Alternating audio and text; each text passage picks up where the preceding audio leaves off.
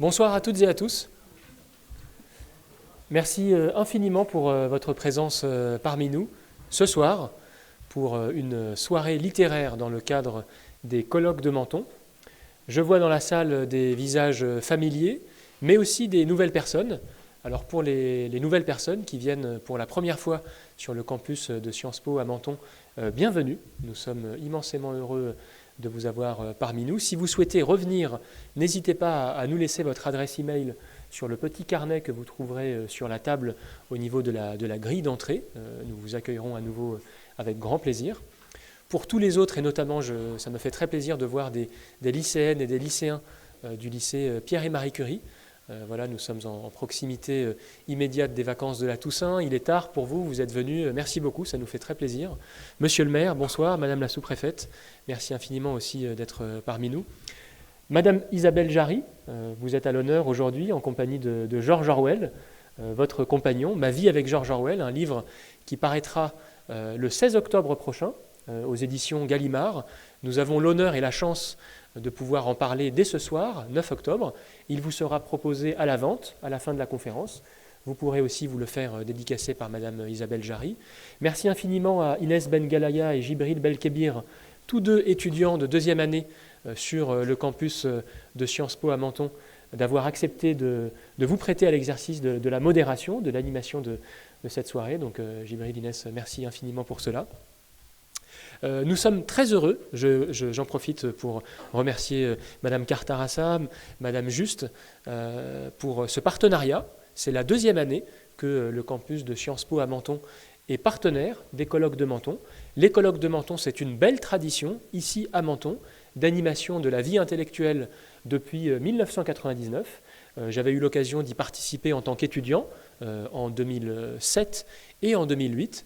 Et je suis vraiment immensément fier que dorénavant, longue vie à cette nouvelle tradition, ce sont toujours les 2 premiers samedis du mois d'octobre, pendant lesquels vous pouvez vous rendre au Grand Théâtre Francis Palmero du Palais de l'Europe pour écouter des tables rondes, des conférences très intéressantes. Elles sont en général organisées en début d'après-midi. Et dorénavant, le jeudi, entre les 2 samedis, c'est une soirée qui est proposée à Sciences Po, animée, modérée par des étudiantes et des étudiants de Sciences Po. Alors, on a pris une direction littéraire, à voir si elle perdurera dans le temps. L'an dernier, nous présentions un ouvrage de Sébastien Spitzer. Aujourd'hui, l'ouvrage d'Isabelle Jarry. J'espère que ça vous plaira. Merci encore pour votre présence nombreuse. Je vous souhaite une très belle soirée et à nouveau, bienvenue sur le campus de Sciences Po à Menton, en cette année très particulière pour nous, parce que le campus célèbre son 20e anniversaire. Donc j'en profite aussi pour souhaiter une longue vie au campus de Sciences Po à Menton. Et sans plus tarder, je vous prie d'accueillir Monsieur Yves Juel, maire de Menton.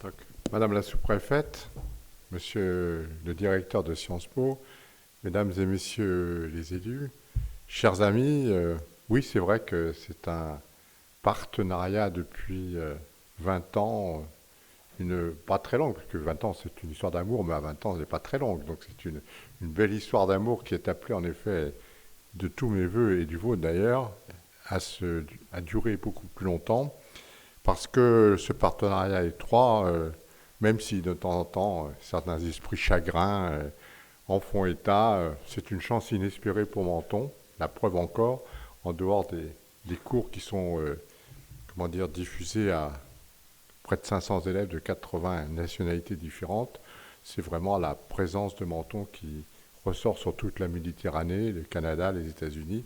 Bref, c'est une chance inespérée.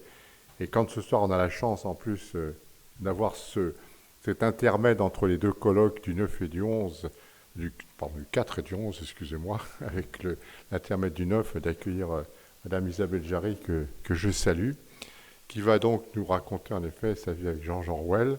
Et puis, le rôle de modérateur, c'est pas toujours évident. Quand on voit dans les colloques, en général, c'est quand même le rédacteur du Point qui fait le modérateur. Donc, monsieur et madame, mademoiselle, ce soir, attention, il faut vraiment que vous êtes regardez comme les rédacteurs d'un grand magazine, mais je sais que vous en avez le talent et qu'on aura le plaisir de vous entendre.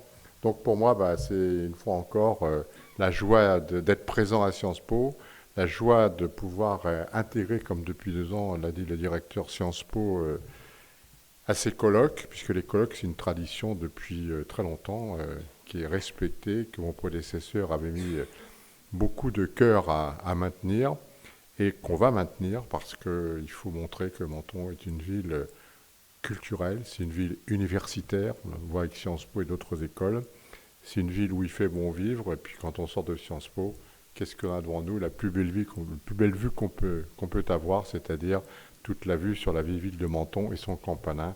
Donc très belle soirée à vous et merci madame de nous faire l'honneur de ce soir nous présenter votre prochain roman qui, comme l'a dit Youssef, sortira le 16 octobre, qu'on va dévorer avant.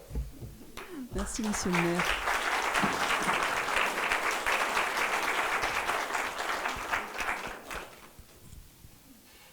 Merci monsieur le maire pour ces mots très gentils.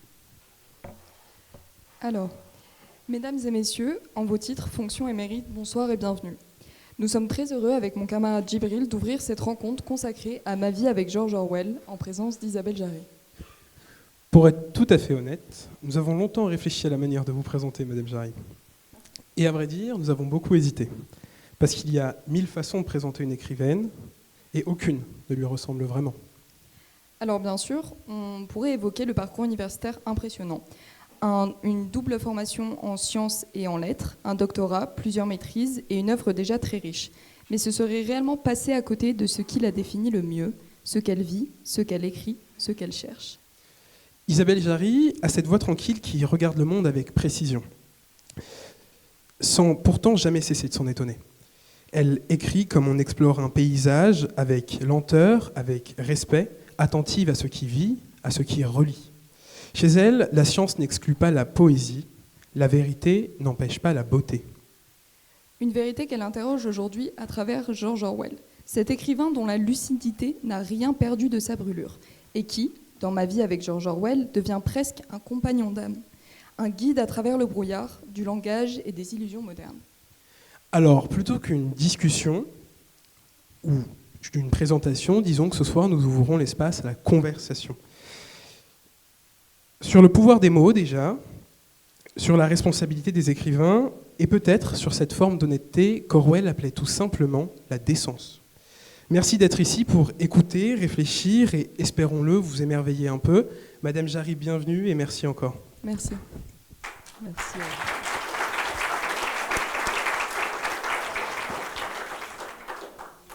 Merci beaucoup à tous les deux.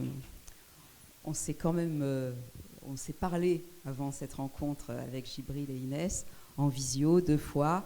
Ils ont eu la gentillesse de lire le livre en avant-première puisqu'il ne sera disponible que la semaine prochaine. Donc malgré tout le travail que Sciences Po leur donne, ils ont fait cet effort de lire l'ouvrage. J'allais dire parcourir, mais je suis sûre qu'ils l'ont lu intégralement. Et pour ça, je les en remercie beaucoup. Et je me réjouis d'avance de cette conversation avec eux.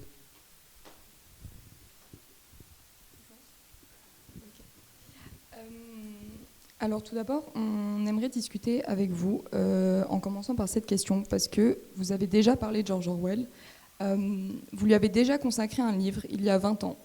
George Orwell, 100 ans d'anticipation, qu'est-ce qui a changé entre ces 2 lectures d'Orwell pour vous ? Ça, c'est très intéressant. En fait, j'ai écrit en 2003, c'était le centenaire de la naissance d'Orwell, qui est né en 1903. Et en fait, c'était une commande. Moi, j'étais une lectrice d'Orwell, mais bon, pas plus que ça. Et mon éditeur, peut-être certains d'entre vous ont croisé Philippe Claudel samedi dernier. Eh ben, on avait le même éditeur, on a été longtemps dans la même maison, et c'est un très bon ami aussi. Et donc, cet éditeur me demande d'écrire un livre pour le centenaire d'Orwell. Et je me dis, tiens, pourquoi ? Enfin bon, les conditions étaient un peu particulières, je venais d'avoir un bébé, donc normalement j'aurais dû refuser. Mais là, je me suis dit, quand même, c'est pas n'importe qui. Et comme il y avait une très bonne biographie d'un Anglais, donc, qui est indépassable à mon avis, je me suis dit que j'allais pas écrire une biographie, et j'ai écrit une sorte d'abécédaire avec 26 entrées, donc les 26 lettres de l'alphabet, qui correspondaient à 26 petites nouvelles d'anticipation à la manière de George Orwell. Et chaque petite nouvelle d'anticipation, qui était une forme d'hommage d'un écrivain à un autre écrivain, pour reprendre sa manière, et chaque petite nouvelle était mise en regard d'une des facettes de sa vie. C'est-à-dire qu'à la fin du livre, vous aviez une vision assez complète de qui était George Orwell en tant qu'homme et écrivain, mais en prime, vous aviez 26 petites nouvelles d'anticipation écrites en 2003. Et c'est marrant parce que je pense que l'actualité brûlante, un adjectif qu'Inès a utilisé, d'Orwell est vraiment revenue pendant le confinement de 2020. Quand la Chine a mis en place un contrôle par caméra, quand il y a eu ces attestations, ça paraît loin aujourd'hui, mais on s'en souvient quand même très bien, quand on a tout d'un coup eu besoin vraiment de pister tous ceux qui pouvaient éventuellement diffuser la maladie, etc. Et là, on s'est mis à reparler d'Orwell. Et depuis 2020, je me disais, il faudrait refaire quelque chose sur lui. Et j'ai relu, je relis jamais mes livres, mais là, j'ai relu ce livre de 2003. Et ce qui m'a frappé, c'est que toutes les nouvelles que j'avais alors écrites, sur les 26, il y en avait au moins la moitié, c'était la réalité d'aujourd'hui. Et en fait, c'est ça l'anticipation. En fait, l'anticipation, c'est juste une manière de parler d'aujourd'hui, mais en le projetant dans un avenir indéfini, dont on ne donne pas le terme, bien qu'Orwell l'ait fait en choisissant 1984 comme titre, mais en 1984, ça ne nous paraissait pas du tout pertinent, alors qu'aujourd'hui, on est dedans. Voilà. Donc je pense que ce qui est frappant, c'est qu'en 2003, Orwell était quand même... Ouais, ça faisait sens, plus qu'en 1984. Mais aujourd'hui, je crois que c'est encore plus frappant à quel point sa vision d'une société totalitaire a été pertinente et comment chaque jour le monde ne manque pas de pouvoir totalitaire. On peut vérifier la justesse et la pertinence de sa vision. Merci. Bon. Vous aurez peut-être toutes et tous la chance de vous plonger dans la lecture de cette œuvre dès ce soir, en nous quittant. Mais peut-être une question sur ce titre, Ma vie avec George Orwell. Il vous a de fait été un petit peu imposé par la maison d'édition. C'est une collection en fait. C'est une collection de la maison Gallimard, Ma vie avec. Il y a 11 autres références. Oui. Mais qu'est-ce que veut dire vivre avec un auteur ? Et qu'est-ce que veut dire vivre avec George Orwell ? C'est vrai que Ma vie avec, c'est pas forcément le titre que j'aurais choisi moi si j'avais lancé cette collection. Elle fait suite à une très belle collection qui existait chez Gallimard qui s'appelait L'un et l'autre. Et l'un et l'autre, c'était un écrivain qui parlait d'un écrivain. Et je trouve qu'il y avait plus de profondeur dans l'un et l'autre, alors que Ma vie avec, il y a un côté peut-être un petit peu plus frivole et un peu plus mensonger aussi, parce que ma vie ne se passe pas entièrement avec George Orwell. Et c'est plutôt mes affinités avec lui. Donc, mais le titre, c'est le titre de la collection, donc j'étais heureuse de le faire. Maintenant, le principe, c'est qu'en effet, un écrivain parle d'un autre écrivain, mais il lance des ponts, en fait. Il explique pourquoi c'est Orwell. J'aurais pu en choisir d'autres, mais je trouvais intéressant de comprendre pourquoi moi, qui n'étais a priori pas destinée à m'intéresser à un auteur comme lui, parce que moi, je suis une romancière, et ce qui m'intéresse par-dessus tout, c'est la fiction et les grands romanciers. Je suis une grande proustienne, mais Orwell a quelque chose dans son écriture qui est de l'ordre de l'engagement, et ça, je pense que c'est quelque chose que je trouve fascinant. Parce que autant on a pu connaître les écrivains engagés, bon, on pense à Victor Hugo, bien sûr, mais c'est le plus grand de tous, mais il y en a eu beaucoup d'autres. Et qu'est-ce qui aujourd'hui, qu'est-ce que ça veut dire en fait de s'engager quand on est écrivain ? Comment ça fonctionne en fait ? Et c'était aussi ça qui m'intéressait dans le fait de reprendre ce travail sur ce long compagnonnage que j'ai avec Orwell, qui était justement de comprendre comment un écrivain a pu s'inscrire dans son siècle en portant des idées politiques entre autres. Ok, on a un peu évoqué George Orwell avec cette question et j'aimerais développer un peu dessus parce que dans les échanges qu'on a eus avant cette conférence, avant cette discussion, vous avez évoqué George Orwell comme peut-être un mauvais romancier. Est-ce que ce serait possible de développer un peu cet aspect-là, qui peut paraître surprenant au premier abord ? Alors, bon, oui, ça paraît surprenant, mais en fait, je persiste et signe. Je pense que George Orwell était un mauvais romancier, parce que c'est quelqu'un qui a rêvé d'être romancier, depuis toujours. Dès qu'il a été étudiant, il rêvait, il a beaucoup lu, comme tous les écrivains, c'est un grand lecteur des classiques britanniques, anglais, américains, etc. Et il rêvait d'être romancier. Et il a écrit plusieurs romans que vous n'avez jamais lus, parce que ce ne sont pas de très bons romans. Et s'il n'avait pas écrit 1984, vous n'auriez plus jamais entendu parler de George Orwell. Parce que tout simplement, son mode d'expression, c'était pas le roman. Il n'est pas bon quand il écrit des romans, sauf 1984, qui, si vous le lisez vraiment, n'est pas très bien écrit. Mais ce qu'il porte est tellement fort que ça emporte tout. En revanche, Orwell, c'est un merveilleux essayiste En fait, c'est pas essayiste, c'est un reporter de première catégorie. Il y a 3 livres de lui qui sont vraiment géniaux, et je vous engage à tous les lire, les lycéens, là, plongez-vous là-dedans, vous allez voir, c'est très bien. Il y a Dans la Dèche à Paris et à Londres, qui est son premier livre, qui est une sorte de reportage des années où il a vécu au plus près des clochards, des pauvres, des misérables, etc. Il en a retiré un livre à la fois plein d'humanité, mais aussi qui montre aussi la domination capitaliste. Il a écrit Hommage à la Catalogne, que vous connaissez sûrement parce que c'est le récit de son engagement aux côtés des brigades. Enfin, il n'était pas dans les brigades internationales, mais c'était pendant la guerre d'Espagne. Et c'est un livre extraordinaire qui se lit comme un roman. C'est là où il est très fort. En fait, quand il raconte le réel, c'est un bon romancier. Quand il invente, c'est moins bien. Et il y en a un troisième qui s'appelle Le Quai de Wigan. C'était une commande de son éditeur qu'il a envoyé dans le pays minier, dans le nord de l'Angleterre. Et il a découvert quelque chose qu'il ne connaissait pas du tout, qui était la vie des mineurs, qui était à cette époque-là, en 1936, épouvantable.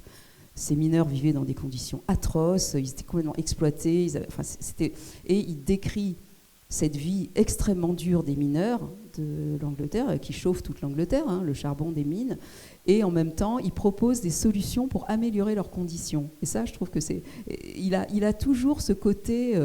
essayons de trouver comment améliorer les choses. Et ça, je trouve que c'est admirable. Et c'est la manière dont il compose ses livres, c'est-à-dire que vous avez l'impression que tout est vrai, mais en réalité, quand on écrit, on sait très bien qu'il a beaucoup travaillé son texte. Les images, elles ne viennent pas toutes seules. C'est pour que ça porte chez le public, il ne suffit pas de raconter les choses comme ça. Il faut travailler la langue, il faut travailler l'image, il faut travailler le symbole. Et ça, il le fait dans ses récits qui sont inspirés de son expérience personnelle. Et là, il est très, très, très bon. Et curieux, mais Orwell savait que s'il voulait que ses idées passent, il fallait qu'il les mette dans un roman. Parce que les gens lisent des romans. Ils lisent pas des récits et des essais, parce que juste, c'est dur à lire. C'est difficile de se plonger dans une pensée. C'est pas toujours, on n'a pas toujours les compétences, on a peur de ne pas comprendre, de ne pas suivre l'auteur. C'est aride, c'est une pensée qui parfois est difficile. Donc, le roman est un vecteur bien meilleur. Et il avait raison. Parce que 1984, c'est un roman absolument incroyable. C'est-à-dire que même s'il est mal écrit, même si formellement il n'est pas parfait, les images qu'il véhicule, les idées qu'il véhicule et le fond du livre sont absolument extraordinaires. Et c'est d'ailleurs un livre qu'on lit encore aujourd'hui et qu'on étudie au lycée et qui va continuer à être lu. Donc il avait raison de persister. Mais je pense avoir dit pourquoi je pensais que c'était quand même un meilleur essayiste. Tout à fait. Et dans votre écriture, précisément, est-ce que vous vous inspirez de la grande quête d'Orwell, à savoir traduire une certaine situation sociale, économique, en tout cas la vie du quotidien, à travers un roman qui pourrait être accessible à toutes et tous? Il est vrai que toutes nos questions seront évidemment très calquées sur les nombreux échanges qu'on a pu avoir, mais durant ces échanges, on a notamment évoqué donc, l'intérêt du roman pour la critique sociale et la façon dont Orwell s'était parfaitement approprié cette écriture. Est-ce que justement vous, précisément, c'est la raison pour laquelle vous faites le choix du roman plutôt que de l'essai dans votre style quotidien? Bon, moi, j'aime les romans, j'aime la littérature de fiction. Je viens de là et c'est là où je m'exprime le mieux.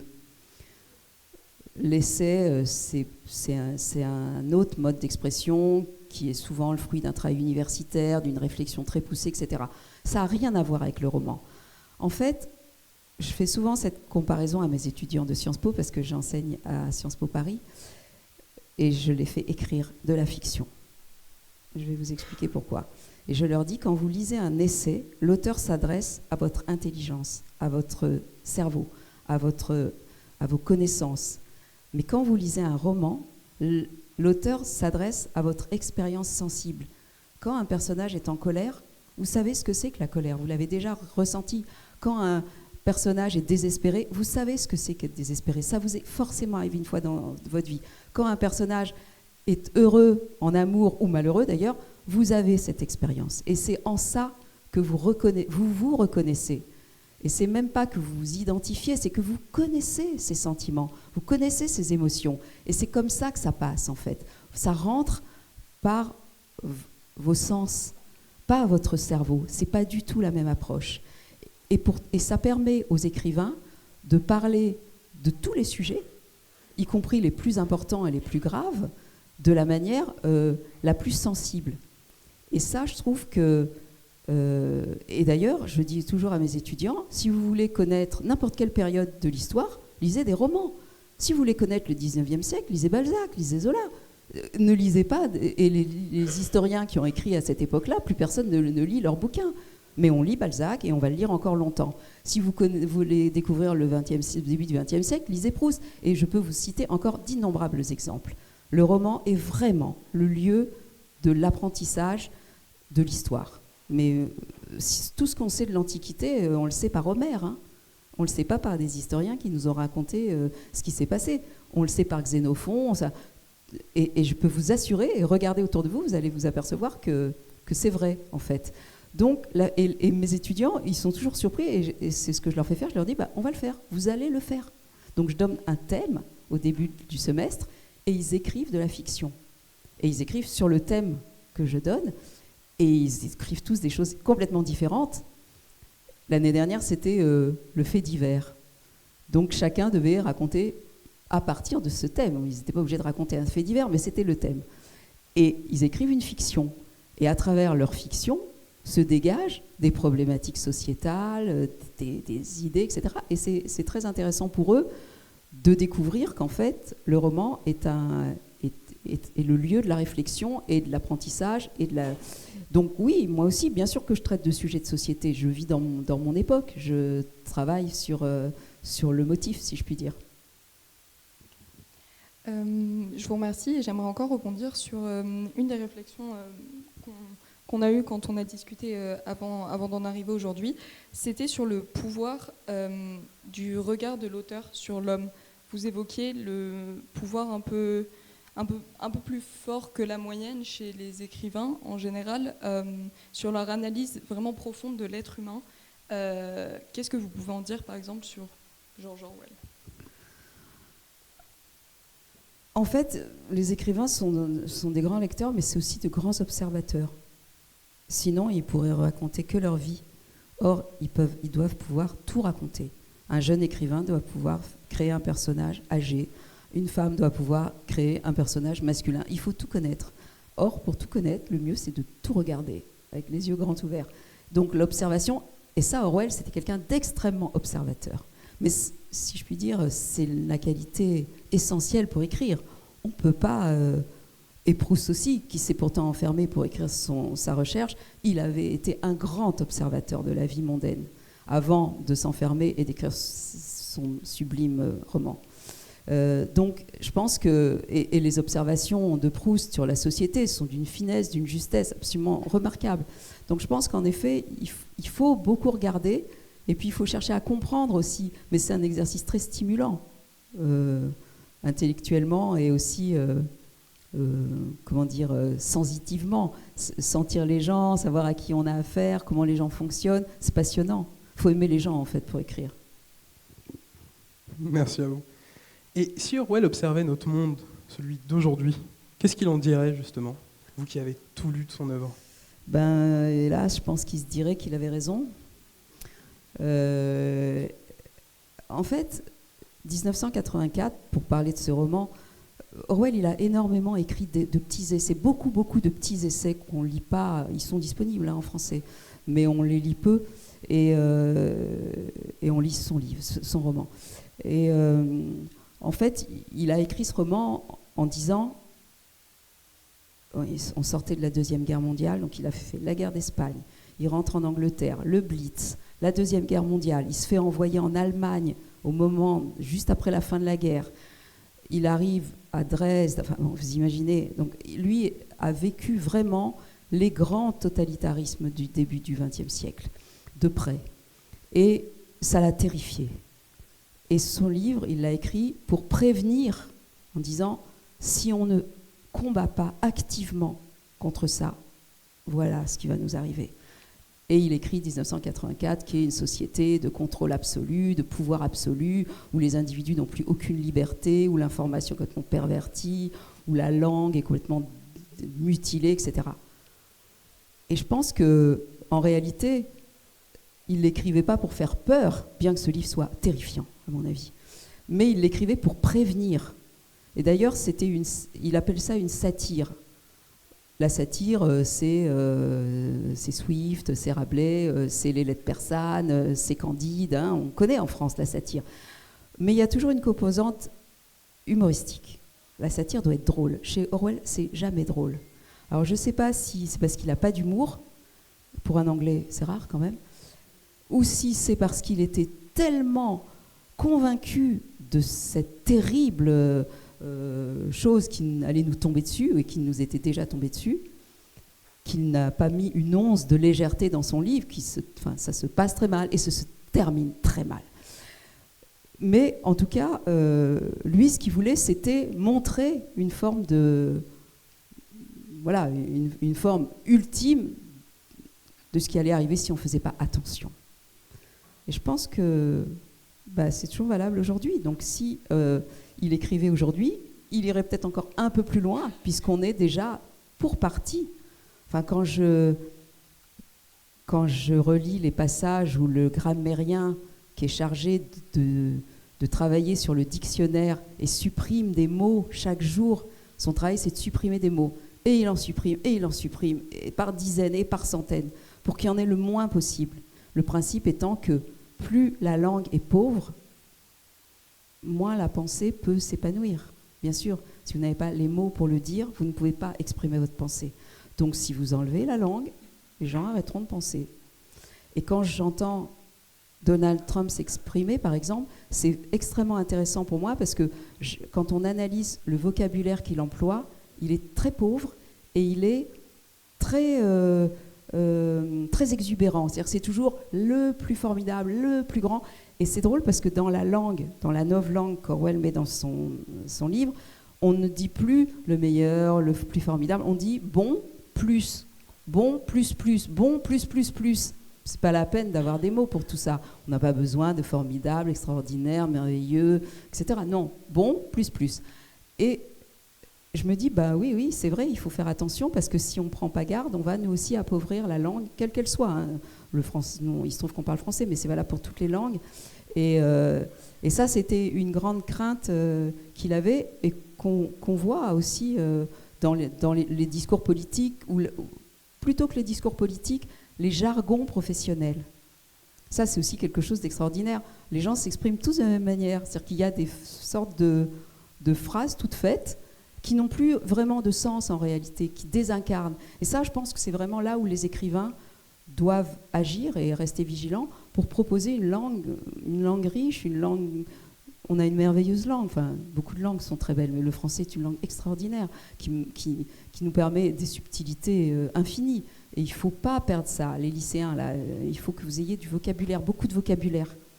Plus vous en avez, plus vous arriverez à exprimer subtilement votre pensée. Moi, j'ai des enfants qui sont à peine plus âgés qu'Inès et Gibril, et quand on discute à table, on n'est pas d'accord, on se dispute et tout, et je leur dis, non mais, comment vous exprimez vos arguments? Si vous devez combattre contre quelqu'un qui ne pense pas comme vous, vous allez devoir argumenter. Et argumenter, vous le faites avec des mots. Alors allez-y, argumentez là, convainquez-moi, parce que pour l'instant je ne suis pas convaincue. Et là, bon, ils essayent, et c'est une bonne école aussi, parce qu'on a toujours fait ça chez moi, donc ils s'expriment plutôt bien. Mais je leur fais aussi toucher du doigt la nécessité de la précision du vocabulaire qu'ils vont employer, parce que on ne peut pas remplacer un mot par un autre. Et ça, Orwell, dans sa langue, le fait très bien. Il a une écriture qui est extrêmement... Il a fait beaucoup de petits essais sur conseils aux écrivains, etc., où il dit, si vous pouvez supprimer un adjectif, supprimez-le. Je dis toujours ça à mes étudiants, les adjectifs sont nos ennemis. Ils font joli, mais il faut pouvoir comprendre une phrase sans ces adjectifs. Donc, faites attention aux verbes, cherchez toujours le verbe le plus exact, qui va enlever avoir, faire, avoir, être, faire, prendre.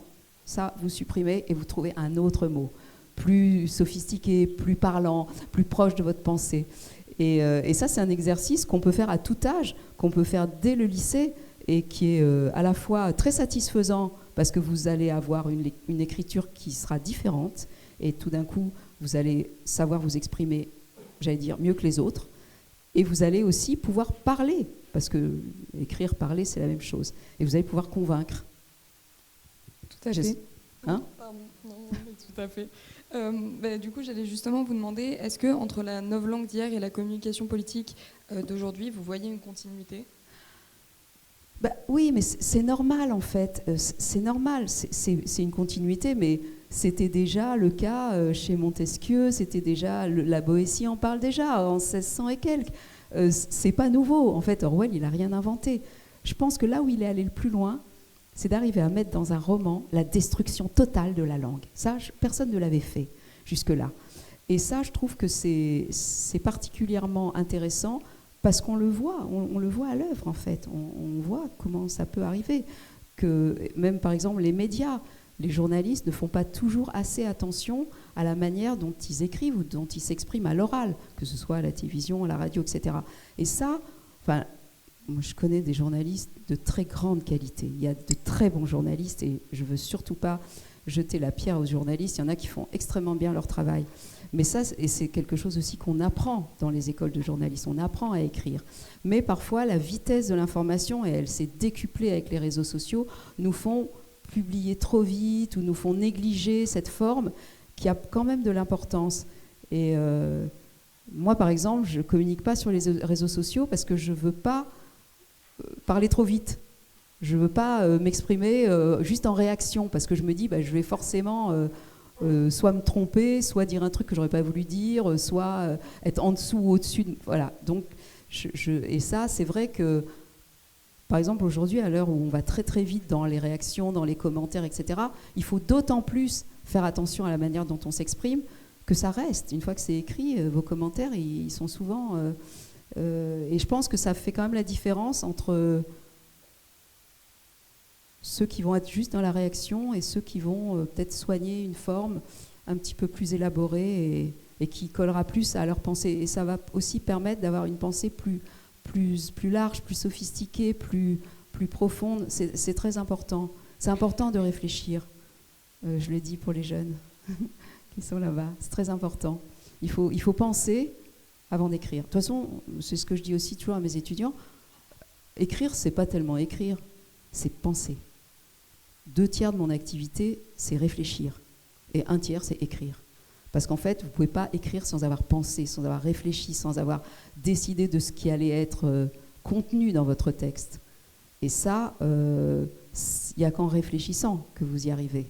Donc, après, vous réfléchissez aussi sur le texte. Une fois que vous l'avez écrit, vous revenez sur le texte. Mais beaucoup de mon temps, je le passe à réfléchir. C'est vrai. Je suis sûre qu'Orwell réfléchissait beaucoup aussi. Et justement, pour rebondir peut-être, vous réfléchissez beaucoup. Pendant l'un de nos échanges, vous m'aviez même dit que finalement, écrire un livre, ça vous prenait que quelques semaines et que c'était plutôt toute la partie de la construction du fil rouge, celui qui permet de capter l'attention sans jamais perdre le lecteur dans la lecture, qui était la plus grande source de travail. C'est vrai. Et précisément, et ça pourrait peut-être en intéresser beaucoup ici, comment est-ce qu'Isabelle Jarry passe à l'écriture ? Comment est-ce que ce processus littéraire se déroule ? Quelles en sont les grandes étapes ? Ça dépend. Ça dépend si j'écris un roman ou si j'écris ma vie avec George Orwell. Mais On pourra étudier les deux possibilités. si j'écris un roman, j'ai d'abord une idée d'histoire. Je me dis, tiens, je vais raconter cette histoire. Ça vient un peu comme ça, je ne sais pas trop comment. Je commence, j'écris, voilà, les personnages apparaissent, c'est un moment de grande jouissance. Quand l'univers naît sous vos yeux, ça c'est très agréable. Donc voilà, et puis au bout de quelques dizaines de pages, 50 pages, 60 pages, 80 pages, je relis tout. Et là je me dis, mais de quoi je veux parler ? C'est quoi mon sujet ? Et là le sujet me saute aux yeux. Je le vois tout d'un coup, qui n'avait pas vraiment apparu jusque-là. Et là, je me dis, ah oui, d'accord, c'est ça le sujet. Donc, mais c'est pas cette histoire qu'il faut que je raconte, alors c'en est une autre. Et là, je reprends, je garde parfois les personnages et je me mets à écrire. Mais j'ai mon sujet. En fait, c'est très mystérieux l'écriture. Parmi vous, il y en a sûrement qui écrivent. C'est quelque chose d'extrêmement mystérieux qu'on ne peut pas vraiment expliquer.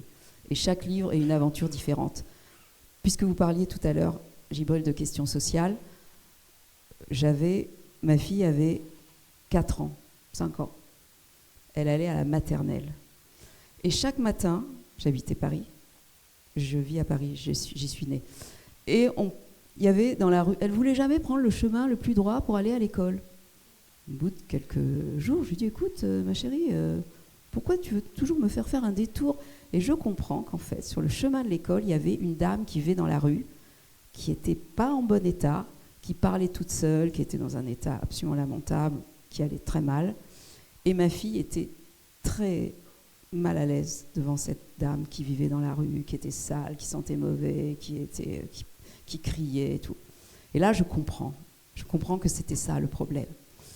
Et je lui dis, mais tu sais, si tu veux, on pourrait peut-être lui dire bonjour. Peut-être que ça arrangerait tes affaires. Donc on prend le vrai chemin de l'école et on passe un peu, elle était là, elle se serrait contre moi, on passe un peu à l'écart et je dis bonjour madame. Et elle me regarde, elle ne me répond pas et tout. Et là je comprends qu'elle était pas seulement à la rue, elle était aussi, c'était difficile pour elle.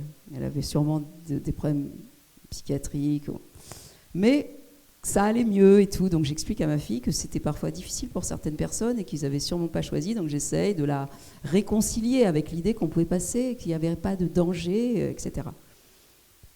Et un jour, un matin, elle me dit, maman, j'ai eu une idée.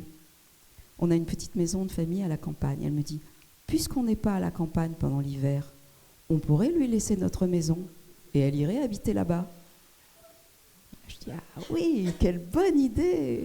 J'ai dit oui, c'est vrai, c'est une excellente idée, mais en réalité, ça n'est pas vraiment possible, pour plein de raisons. Parce que la maison est très isolée, parce qu'elle n'aura pas de voiture, parce qu'elle n'aura pas de voisins, parce qu'elle va, c'est vrai, là pour le coup, la première boulangerie est à 10 km. Donc je lui dis, en fait, on ne va pas pouvoir le faire, mais c'est très gentil de ta part. Il n'y a que les enfants pour avoir des idées aussi généreuses, c'est si gentil. Et en même temps, c'était juste irréalisable. Et là, je me dis, quelle bonne idée de roman. Quelle merveilleuse idée.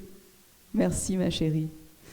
Et donc je me suis mise à écrire le livre d'une femme qui, par les hasards de la vie, se retrouve dans la rue. Donc elle est poétesse, elle perd son mari qui meurt brutalement d'un cancer, elle ne peut plus payer son loyer, on lui enlève sa fille, elle se retrouve à la rue. Enfin, l'horreur, la dégringolade. Et elle se souvient qu'il y avait une maison de famille, hein, et elle part à la campagne, dans cette vieille maison toute moche et poussiéreuse, comme disait ma fille, où elle était d'accord pour envoyer cette dame, mais elle râlait toujours quand il fallait y aller, parce qu'il y avait plein de toiles d'araignée partout. Et petit à petit, elle se rétablit, et je ne vous raconte pas la suite, parce que vous allez le lire, ça s'appelle « Gênant sans bruit ». Et il y a une petite fille, bien sûr, de 5 ans, dans ce livre. Mais il faut tenir les enfants à l'écart dans les livres parce qu'ils prennent toute la place. C'est comme dans la vie, c'est comme dans les films, quand il y a un enfant, il prend toute la place.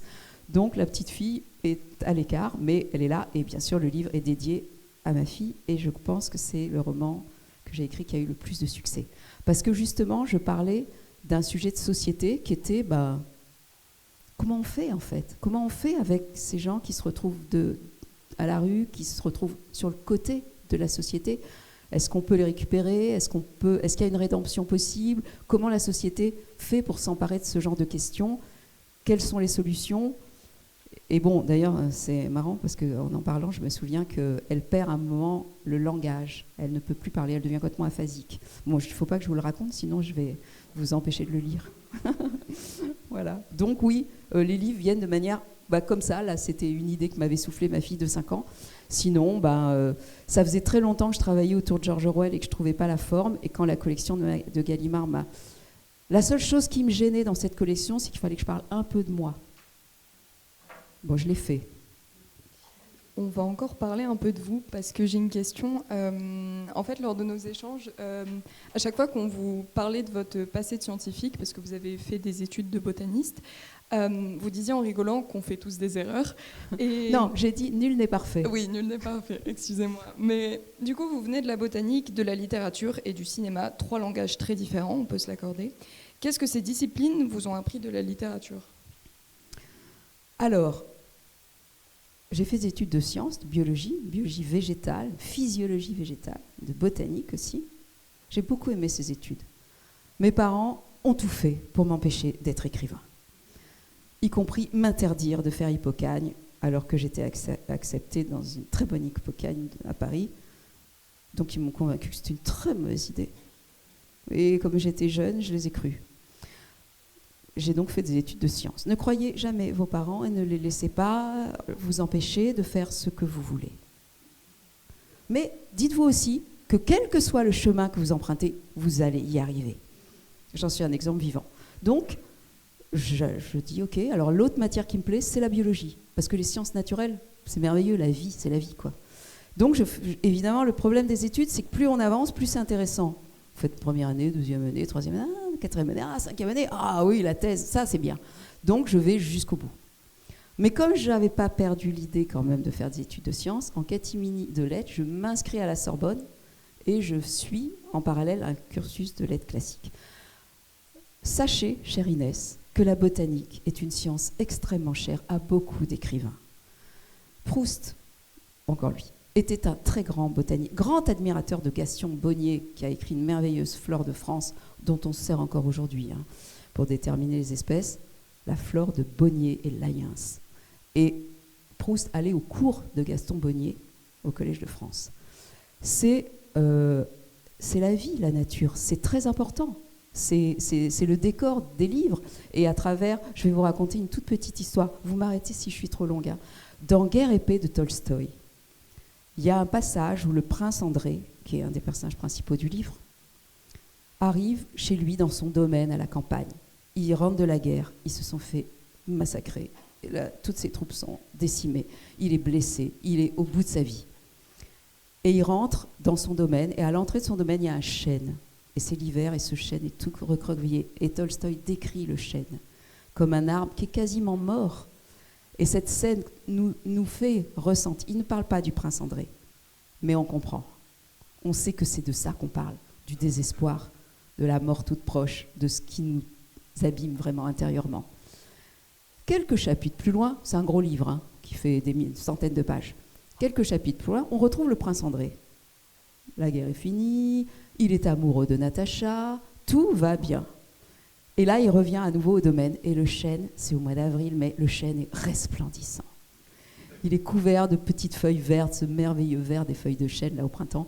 Et, encore une fois, Tolstoï ne nous parle que du chêne. Et on comprend tout.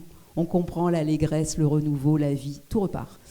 Donc, la botanique est une science que les écrivains affectionnent parce qu'elle permet d'utiliser des symboles. Tout le monde sait ce que c'est qu'un arbre. Tout le monde a fait un petit peu de jardinage, etc. Donc, en fait, on sait ce que représente la nature, et en particulier les plantes, plus encore que les animaux. Les plantes nous ont précédés et nous survivrons. Donc, non, c'est vrai, je suis très sérieuse. Donc, ça m'a été très utile de faire des études de botanique. Et aussi, quand on fait des études de sciences, on apprend à observer. Et l'observation, comme je vous l'ai dit, c'est la qualité première des écrivains. Le cinéma, c'est aussi une manière de voir le monde très différente. Vous voyez, par exemple, j'avais comme prof de cinéma Eric Rohmer, le grand cinéaste, Eric Rohmer. Et il nous avait dit quelque chose qui m'a marqué. Alors les jeunes, ils ne connaissent pas le cinéma de Rohmer, mais d'autres gens dans la salle le connaissent. Il nous avait dit un truc un jour qui m'avait beaucoup frappé. Il nous avait dit, quand vous entrez dans une salle de cinéma, vous avez l'écran devant vous. Et le cinéaste, il vous montre ce qu'il veut. Vous êtes obligé de regarder son image. Mais autour de l'image, il y a plein de trucs. Sauf que vous ne les voyez pas. Parce qu'il a décidé pour vous. Il a décidé du cadre dans lequel vous alliez regarder ce qu'il veut que vous voyez. Et j'avais trouvé que c'était tout à fait juste. Et en même temps, je m'étais dit, alors le cinéma, ce ne sera pas pour moi. Parce que moi, je veux offrir tout le panorama. Je veux que les gens voient tout ce qu'il y a autour. Et l'écriture permet ça. Elle permet de ne pas enfermer le lecteur dans une vision. Parce que quand, vous savez, on dit qu'on écrit un livre à deux. Il y a l'écrivain et il y a le lecteur. Parce que quand vous lisez un livre, parce que vous introduisez votre propre expérience sensible, ce que je disais au départ, vous connaissez ces choses dont on parle, dont vous parle l'écrivain. Vous les connaissez intimement, vous les avez déjà éprouvées. Et c'est ce qui vous permet de faire de la lecture votre objet à vous. Vous interprétez le livre à votre manière. Moi, je n'aime pas du tout quand les lecteurs me disent ce qu'ils ont lu dans mon livre. J'aime pas qu'on me parle de mes livres, parce que c'est pas du tout ce que j'ai mis dedans. C'est encore autre chose. Et je veux pas le savoir, parce que c'est trop perturbant de comprendre et que le lecteur a introduit sa propre personnalité et il a mis du sien dans mon texte. Mais c'est génial, j'adore l'idée, mais je veux juste pas le savoir. Voilà. Et vous l'évoquiez il y a quelques instants, ce qu'il y a de plus embêtant avec cette édition, c'est que vous avez dû vous prêter à l'exercice de parler de votre propre vie dans l'un de vos écrits. Un petit peu.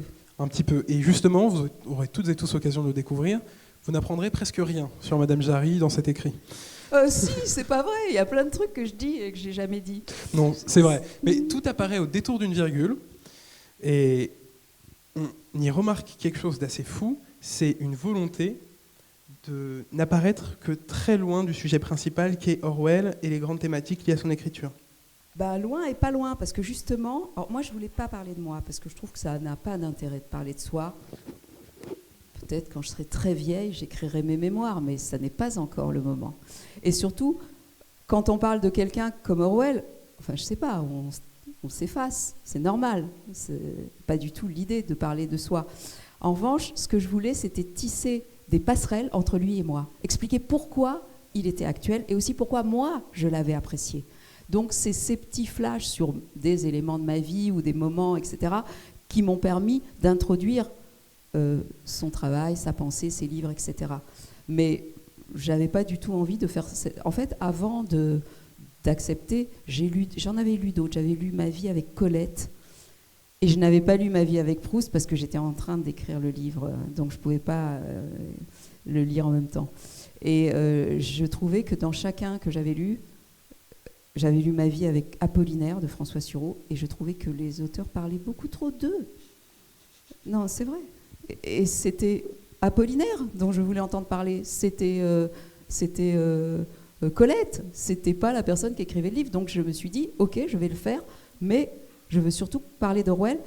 Mais en même temps, ce que je trouvais intéressant, Djibril, comme tu le disais, c'était d'avoir des petits morceaux qui ne dévoilaient pas tant que ça ma vie, mais qui permettaient de comprendre comment la transmission se fait des écrivains à travers les générations. Comment les écrivains s'inspirent les uns avec les autres. C'est pareil pour les peintres, les musiciens. Hein. Il n'y a pas quelqu'un qui crée à partir de rien. Ça n'existe pas.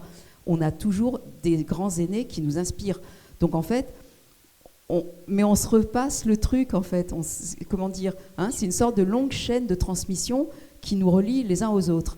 Et d'ailleurs, cette idée de grands écrivains, de petits écrivains, oui, sur le moment, dans le temps présent, ça se voit. Mais il y a besoin aussi de petits écrivains. Il y a aussi besoin de gens dont l'histoire ne retiendra pas le nom, mais qui ont fait ce travail de transmission, en fait, qui ont permis que la pensée des grands auteurs, leur voix, leur littérature soit lue encore aujourd'hui. Donc c'était ça que je voulais faire. Moi, je dis toujours, ça m'est égal d'être un petit caillou au fond de la rivière, du moment que la rivière coule.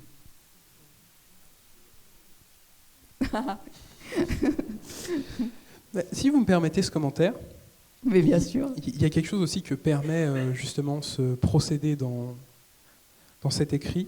C'est que George Orwell, qui nous apparaît à toutes et tous comme un très grand monsieur, déjà en taille, c'est vrai, Ah oui, mais- il faisait plus d'1m90, t'as raison.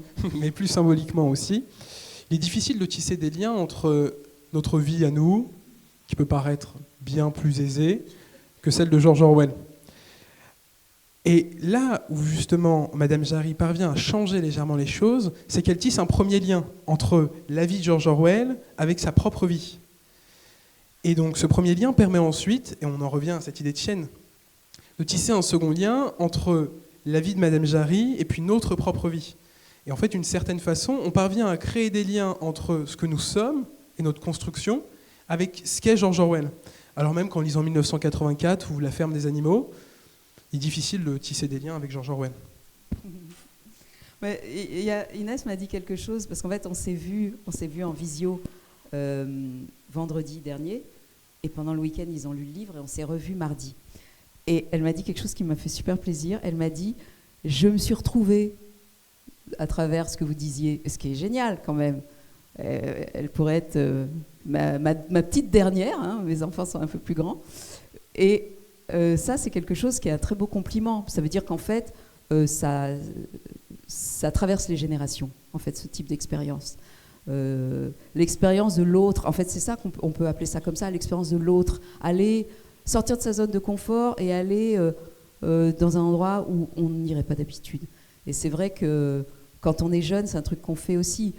Orwell, il était jeune quand il est allé vivre dans le quartier de la rue Mouffetard, parmi les clochards, ou à Londres, parmi les gens qui, vous savez, les journaliers qui sont embauchés à la journée, à qui on donne 1 euro pour ramasser le houblon, pour couper le maïs ou je ne sais quoi, et qui n'ont plus de travail le soir même, qui doivent recommencer à chercher.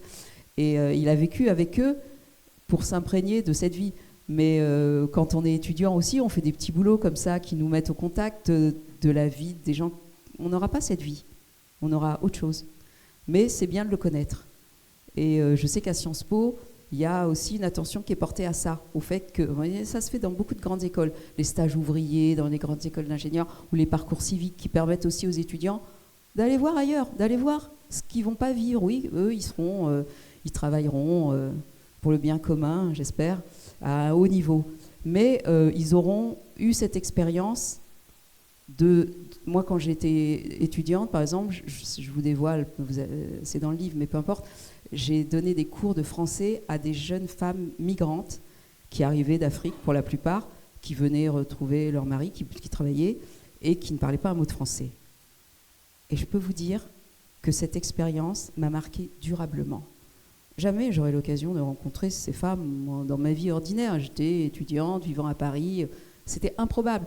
Mais le fait d'aller les voir toutes les semaines, déjà de leur apprendre le français, c'était important pour moi aussi de les aider à apprendre cette langue qu'elles allaient devoir utiliser. Elles allaient avoir des enfants qui vivraient en France. Il fallait qu'elles maîtrisent la langue et qu'elles en comprennent aussi à la fois la beauté mais l'usage aussi. Et c'était une expérience humaine passionnante. Donc je pense qu'il faut aussi profiter de sa jeunesse pour aller comme ça rencontrer des gens qu'on ne voit pas. On n'a pas besoin d'aller très loin parfois. Tout à fait. Et en effet, la lecture, c'est quelque chose qui m'a marqué. Le fait de pas forcément avoir eu votre vie, puis même comme vous l'avez évoqué, et étant beaucoup plus jeune, enfin tout ça, c'est beaucoup plus jeune que étant moi. plus jeune, c'est vrai que c'est normal aussi, mais c'est quelque chose que j'ai énormément apprécié, et ce que j'ai beaucoup apprécié aussi dans le livre, c'est que je pourrais pas me permettre de dire que j'aimais pas George Orwell parce que j'ai pas assez lu son œuvre, enfin seulement 1984, seulement La ferme des animaux, mais j'ai pas beaucoup apprécié ces 2 livres, et pourtant à la lecture de Ma vie avec George Orwell, j'ai sincèrement apprécié le fait de pouvoir me retrouver et de pouvoir réfléchir plus loin. C'est ce qu'on va développer avec Djibril après, des questions plus sur des réflexions politiques et humanistes qui sont semées tout au fil de la lecture, en fait. Et voilà. Bien sûr, George Orwell, c'est quand même un écrivain politique, hein, avant tout. C'est quelqu'un qui, un jour, a compris que s'il voulait que les choses changent, il fallait qu'il le fasse lui-même et qu'il l'écrive lui-même. et que son rôle dans la société, c'était à la fois de dénoncer, ce qu'il a fait beaucoup avec le stalinisme, hein, c'était un anticommuniste farouche, avant tout le monde.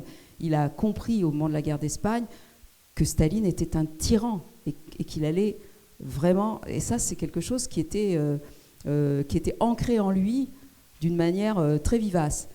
Et je ne vous parle pas du nazisme qui a suivi. Donc, c'est quelqu'un qui a vraiment décidé que sa vie d'écrivain serait dédiée à la dénonciation du totalitarisme. C'est ça qui s'est fixé comme mission. Et tous ses textes sont allés dans ce sens. Tout ce qu'il a écrit. Et ça, je pense qu'il n'y a pas tellement de gens dans la société qui peuvent se permettre ça. C'est pas facile à faire. Parce que même si on n'est pas d'accord, même si on veut dénoncer, on a un travail, on ne veut pas se mettre son patron à dos, on ne veut pas se fâcher avec sa famille. C'est compliqué d'être dans la contestation, d'être même pas forcément dans la contestation, mais dans la mise en lumière des choses. Et l'écriture, pour ça, c'est le lieu idéal. C'est aussi pour ça que les écrivains ont cette place privilégiée dans la société. Parce qu'eux, ils ont les armes, ils ont les mots, qui sont des armes extraordinaires, et ils ont aussi la position. Ils n'ont rien à perdre. Ils n'ont rien à perdre. Madame hoche la tête. Mais en même temps, il n'y a pas de... Enfin, quand je dis qu'ils n'ont rien à perdre, ils n'ont pas de position assise dans la société. Et ça, c'est une liberté. Ils sont libres, en fait. Les artistes sont libres. Et c'est cette liberté qui leur fait le devoir à la fois d'expliquer le monde, mais aussi de donner aux autres des armes pour le combattre, ou pour combattre ce qu'ils jugent évidemment à combattre, peu importe ce que c'est en réalité. Pour rebondir très brièvement sur cette réflexion que vous venez de développer, je vais me permettre de lire juste une petite phrase qui m'a marquée à la fin de votre livre. Vous avez écrit, page 173, « Il faut croire jusqu'au bout, parfois même jusqu'à l'absurde ». Et je trouvais ça simplement beau, et je trouve que ça fait énormément écho avec tout ce que vous venez d'évoquer, simplement. Merci Inès, merci beaucoup. Mais oui, il faut croire, il faut jamais désespérer. Parce que moi, contrairement à George Orwell, je suis optimiste. Et lui ne l'était pas. Et ce pessimisme traverse toute son œuvre, et parfois, ça me fait mal au cœur, vraiment, quand je lis ses livres, de me dire « Oh, mais mon Dieu, il était totalement désespéré ». Et je pense que c'est quelqu'un qui a fini, il est mort très jeune, hein, il avait la tuberculose, il a écrit 1984, au lit, avec sa grosse machine à écrire sur les genoux, ça l'a achevé, hein, vraiment. Et en même temps, moi je pense qu'il ne faut jamais perdre espoir. L'histoire nous l'enseigne. L'histoire nous l'enseigne, l'histoire du XXe siècle nous l'enseigne. Non, c'est vrai. Il fallait oser résister. Il fallait oser dire non. Ben, y en a qui l'ont fait. Et ils ont gagné. Même s'ils étaient qu'une poignée, même s'il y en a beaucoup qui y ont laissé la vie. Donc il ne faut jamais désespérer. Et moi je pense que c'est le propre de l'humain aussi, de croire toujours, jusqu'à l'absurde. Orwell était un vrai pessimiste, c'est vrai, mais c'était aussi un vrai révolutionnaire. Ouais. Et je vais me permettre une petite citation, cette fois-ci d'Orwell. Bah, bien sûr. On se complète assez bien. Orwell écrivait justement dans l'un de ses grands récits qui va fixer les lignes directrices de toutes ses œuvres. En des temps de tromperie universelle, dire la vérité devient un acte révolutionnaire. J'aurais voulu savoir deux choses. Déjà, votre réaction vis-à-vis de cette citation. Et puis surtout, pensez-vous qu'un écrivain puisse encore influer sur la conscience aujourd'hui ? Et sur la conscience aussi bien politique que sociale, sur la conscience dans toutes ses formes. Alors, première réponse, première question, révolution. En fait, pour moi, la révolution, ce n'est pas quelque chose qu'on fait tout seul. C'est quelque chose qui se fait à plusieurs. Donc, je ne suis pas tout à fait d'accord avec cette phrase. Je dirais que c'est un acte... Tu peux répéter la première partie de la phrase ? En des temps de tromperie universelle, dire la vérité devient un acte révolutionnaire. Oui, c'est vrai. Mais en même temps, je dirais presque que dire la vérité, c'est un acte de courage, peut-être, plus que de révolution. Encore une fois, la révolution, c'est un truc... Vous ne pouvez pas faire la révolution tout seul. Il faut être plein de gens pour se soulever ensemble. Donc, révolutionnaire, j'aimerais bien voir le terme anglais Parce que ça aussi, la traduction, on a toujours de la perte et un petit peu de changement de sens. Pour ce qui est d'aujourd'hui, bien sûr, qu'on peut... Vous savez, ça me frappe toujours de rencontrer des gens qu'un livre a profondément changé, dont un livre a changé le cours de sa vie. Moi, ça m'est arrivé. Pour mon deuxième roman, j'étais sur la liste du concours des lycéens. Et donc, quand vous êtes sur le concours des lycéens, vous n'arrêtez pas d'aller dans des lycées. Et je suis allée à Belfort, à l'est de la France, à Belfort, dans un lycée technique, où les élèves faisaient un bac technique. Et après ce bac technique, ils allaient aller sûrement travailler ou faire peut-être 2 ans et tout. Et ils ont lu un de mes livres. Je ne pensais pas du tout que c'était une bonne idée de mettre cette liste de ce livre dans le concours des lycéens, parce que c'est un livre qui parle... Tous les personnages sont des moines. Donc je me disais que les élèves, ça n'allait pas du tout les intéresser. Et c'est un livre qui questionne cette idée d'aller s'enfermer dans un monastère pour passer sa vie à prier. Ne me demandez pas comment j'ai eu cette idée, je ne sais toujours pas. Et donc, je développe toute une réflexion là-dessus, plein de personnages, de moines, etc. J'invente des tas d'histoires, etc. Et donc, je vais rencontrer ces élèves de bac technique force de vente, force de vente, ça s'appelait comme ça à l'époque, je ne sais pas si ça existe encore. Donc, ils faisaient un bac commercial. Et donc, ils avaient lu le livre et tout, donc on en discute. Et à la fin de la rencontre, il y a un jeune homme qui vient me voir, il devait être en seconde, et il me dit « Madame, il faut que je vous dise merci parce que j'ai lu votre livre et j'ai décidé de changer de vie. Je vais reprendre des études, le tronc commun, je ne veux pas du tout faire force de vente, je veux être un intellectuel. » J'étais extrêmement émue, et je le suis encore aujourd'hui, c'était il y a 30 ans, et flattée de me dire que mon livre avait pu déclencher chez ce jeune garçon une métamorphose aussi importante, et me dit j'ai trouvé ce que je voulais. Votre livre m'a montré, parce qu'en fait, après j'ai compris pourquoi c'était si intéressant pour les lycéens de lire ce livre, parce que c'était un livre initiatique. En fait, c'est un voyage initiatique. Il y a 2 personnages principaux qui se déplacent de monastère en monastère et qui rencontrent des personnes. Voilà. Et donc, en fait, chacun raconte sa vie et son parcours de vie. Et pour des jeunes gens qui étaient en seconde ou en première, c'était comme un livre. Ouais, c'était exactement les questions qu'on se pose à cet âge-là. Parce que c'est quand on est au lycée qu'on se pose les questions essentielles. Hein, c'est là qu'on décide de sa vie. C'est là qu'on se pose les vraies questions métaphysiques qui vont faire qu'on va devenir une personne. Et j'étais vachement contente parce que je me disais, au moins j'ai écrit ce livre pour ce garçon. Voilà. Au moins lui, ça lui a été utile, et même plus qu'utile, puisque ça a changé sa vie. Et ça, je pense que pour répondre à ta question, oui, un écrivain peut changer la vie et peut porter des idées qui vont être suivies par d'autres. Ouais. Si je peux me permettre une dernière réflexion, question, commentaire. Ce qui m'a marqué aussi particulièrement pendant la lecture, c'est à quel point, avec la situation actuelle, donc vous évoquiez Donald Trump tout à l'heure, mais en réalité, on peut aussi se pencher tout simplement sur la France, avec ce qui s'est passé ces derniers jours, et Monsieur Sébastien Lecornu. À quel point le livre donc, évoque la vie de George Orwell, évoque par-ci par-là la vôtre aussi, mais si on a envie de s'inspirer et de peut-être mieux comprendre tout simplement la situation actuelle, que ce soit chez nous ou ailleurs, le livre répond très bien à nos questions et nous donne des pistes de réflexion très, très impressionnantes. Merci Inès. Je voulais absolument. En fait, c'est très difficile de s'exprimer sur l'actualité. Et je ne le fais pas vraiment. Et d'ailleurs, à 1 ou 2 occurrences, je parlais d'événements qui venaient d'arriver. Et mon éditrice m'a dit, tu ne devrais pas parler d'aujourd'hui. Tu ne devrais pas citer tel ou tel homme politique. Et je me suis dit qu'elle avait raison, bien sûr, parce que ce n'est pas telle personne qui compte, et ce qu'il a dit, c'est l'idée en général.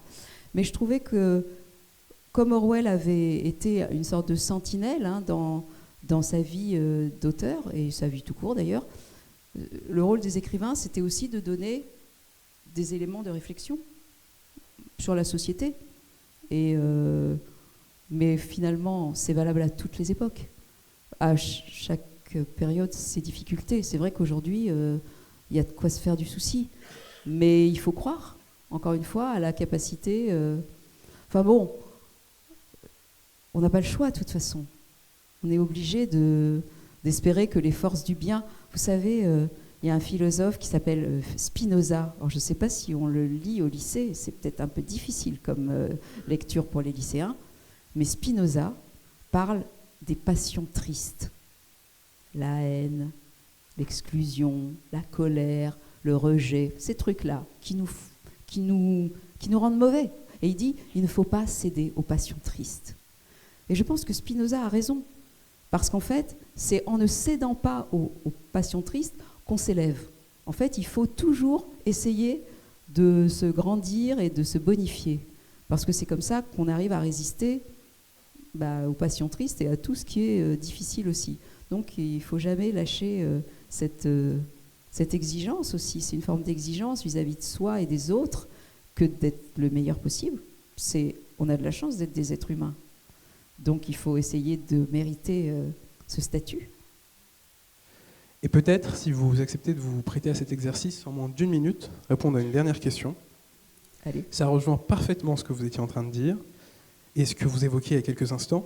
Mais qu'est-ce qui vous émerveille, vous, dans le monde d'aujourd'hui ? Qu'est-ce qui continue de vous émerveiller et qu'est-ce qu'Orwell, finalement, n'a pas trouvé, que peut-être vous êtes parvenu à trouver dans votre monde ?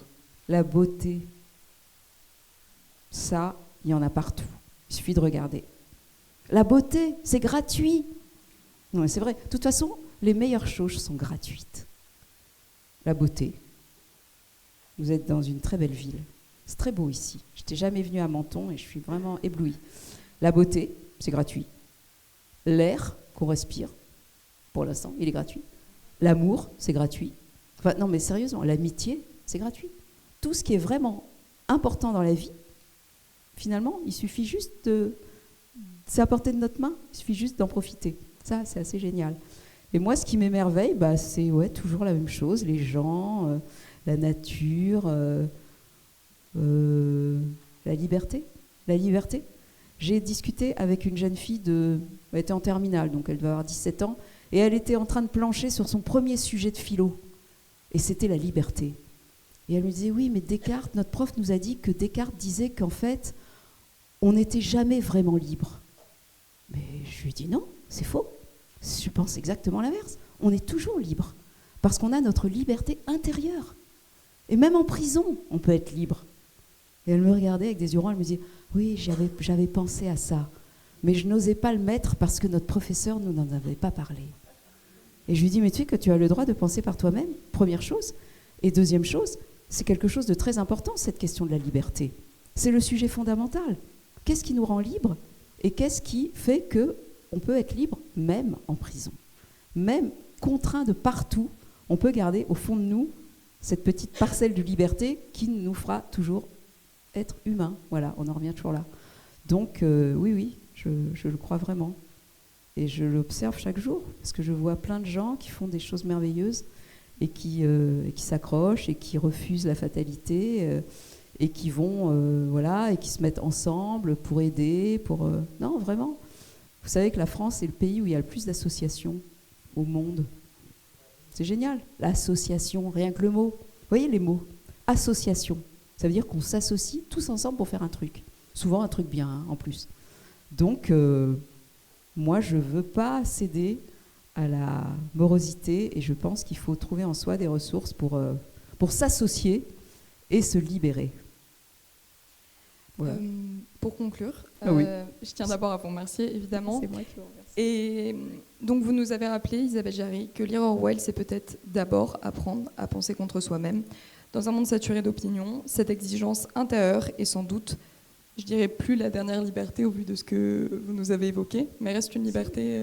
La dernière liberté, la dernière penser liberté. par soi-même, c'est la dernière liberté, bien sûr. Les jeunes, là, il faut penser par vous-même. C'est très important.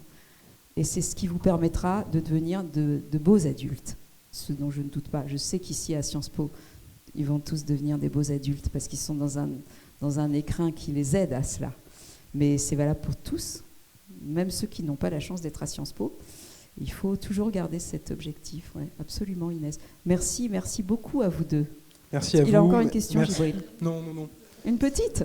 Non, c'était pas une question, c'était pour vous remercier également, Mais non, notamment de c'est cette moi qui belle vous remercie. conclusion, de cette heure d'échange qui nous permettra maintenant d'ouvrir une autre partie.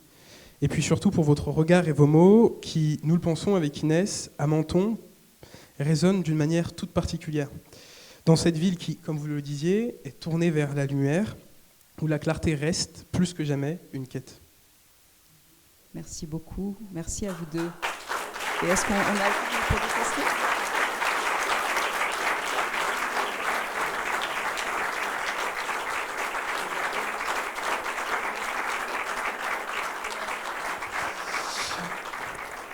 Eh bien, maintenant, la parole vous appartient. Même si je suis très bavarde, on a quand même gardé un peu de temps pour vous. Et il suffit de vous manifester d'un signe de la main. Et avec Monsieur Alexandre Guillaume, on pourra vous passer un micro permettant de vous exprimer.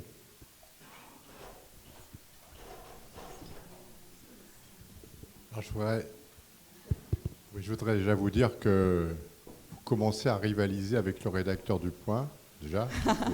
Il faut qu'il soit prudent. Donc ça, c'est une première chose. Et puis, madame, il y a longtemps que je n'avais pas entendu un tel discours et un tel élan de bien-être, d'optimisme. Je crois qu'il faudrait que vous ayez franchement un quart d'heure tous les soirs sur les chaînes télévisées nationales. Ça ferait du bien à tout le monde. Ça donnerait peut-être de bonnes idées à ceux qui nous gouvernent, et en règle générale, je ne fais pas de politique, mais simplement transmettre cette bouffée d'espoir que vous avez pendant presque une heure transmis à tout le monde. On ne peut pas savoir le bien que ça fait. Merci beaucoup, monsieur le maire. Merci beaucoup. Mais justement, c'est amusant que vous disiez ça parce que j'ai déjeuné la semaine dernière avec la rédactrice en chef de la revue de la NRF, qui est la revue de Gallimard. Et il y a un numéro en novembre qui va sortir, et la revue m'a demandé un article sur les livres interdits aux États-Unis. Vous savez que dans les bibliothèques américaines, on supprime des livres, parce qu'on ne veut pas que les gens les lisent. Et donc j'ai écrit sur les livres interdits. 1984 est souvent en haut de la pile. Donc évidemment, 1984 et La ferme des animaux font partie quasiment de toutes les listes des bibliothèques qui interdisent des livres. Donc j'ai fait un article là-dessus, mais j'ai débordé de 1984 et j'ai parlé de manière générale de l'interdiction des livres depuis les autodafés du Moyen-Âge et tout. Et ce que ça veut dire d'interdire l'accès aux livres, c'est pas pour rien. C'est parce que dans les livres, il y a tout ce qu'il nous faut pour être des citoyens avertis et des êtres humains accomplis. Donc, lisez des livres. Voilà. Et cette jeune rédactrice en chef me disait « Ah, mais il faudrait que tu fasses une émission à la radio et tout. » Alors, je pense que si vous vous liguez tous les deux, peut-être que j'ai ma chance.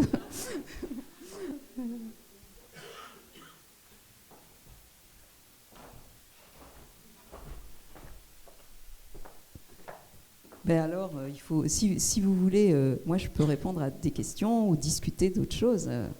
Je vous en prie, n'hésitez pas, puisque je suis là. C'est le moment.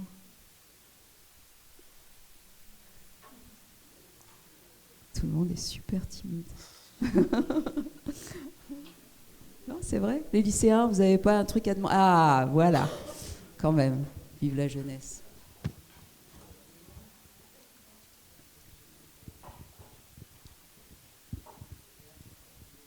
Bonjour. Déjà, je souhaite vous remercier pour votre conférence qui était très intéressante.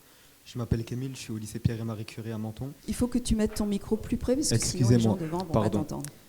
Déjà, je souhaite vous remercier pour cette conférence qui était très intéressante. Je m'appelle Camille, je suis au lycée Pierre et Marie Curie de Menton. Ma question est la suivante. Est-ce que vous pensez que la nouvelle génération porte un regard différent sur la littérature ou pas? Oui, bien sûr qu'elle porte un regard différent. Bien sûr. Parce qu'aujourd'hui, vous avez beaucoup d'autres activités qui vous prennent votre concentration, vous avez vos téléphones, bien sûr, vous êtes sur les réseaux, évidemment que vous n'avez pas le même rapport au livre. Mais je pense qu'en fait, c'est à l'école qu'on peut rencontrer les livres.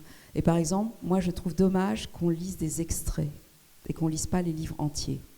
Et ça, je me suis toujours battue contre les extraits.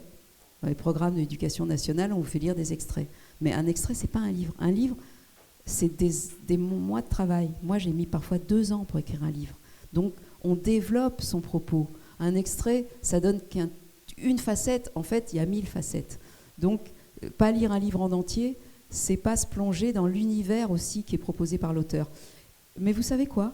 Moi, je pense qu'il va y avoir un retour de bâton et que d'ici quelques années, vous allez en avoir tellement ras-le-bol de vos téléphones que vous allez revenir au livre. Et je vais vous dire pourquoi.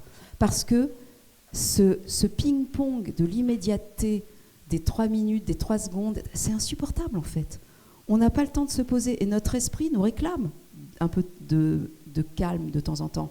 Et le livre est un espace dans lequel on peut s'enfoncer comme dans un bain délicieux. En fait, quand on est dans un livre, moi ça m'arrive parfois, j'ai hâte d'arriver au soir parce que j'ai un livre qui m'attend. Dans la journée, j'ai pas le temps, j'ai des milliers de trucs à faire, mais le soir, je sais que je vais retrouver mon livre et que je vais pouvoir profiter de la lecture pour me retrouver moi avec cet exercice qui consiste à lire un livre, mais le lire aussi moi-même, ce que je vous disais tout à l'heure, l'écrire avec l'auteur. Et ça, je trouve que je suis persuadée que le livre ne mourra pas. Et je suis sûre qu'on va y revenir d'une manière ou d'une autre. Mais par exemple, moi j'ai un fils qui a 22 ans, qui était un très grand lecteur. Et aujourd'hui, il lit beaucoup moins. Mais quand même, je lui ai offert Don Quichotte et j'ai vu qu'il l'avait commencé. Ça m'a fait plaisir. Et parfois, je lui dis, mais mon chéri, arrête, laisse ton téléphone, abandonne ça, lis un livre. Il me dit, mais je lis. Je lui dis, mais tu lis sur ton téléphone. Donc, dès que tu as une notification, non, ne lis pas sur ton téléphone, lis dans un vrai livre papier. Bon, je sais que quand on a été un grand lecteur, on ne perd jamais cet amour de la lecture. Mais, franchement, c'est normal, parce qu'on dit les jeunes et leur téléphone. Mais je voudrais bien vous voir, vous, avec votre téléphone. Moi, je suis dessus toute la journée. Je suis exactement comme les jeunes. C'est-à-dire que c'est un objet totalement... Ça nous happe complètement.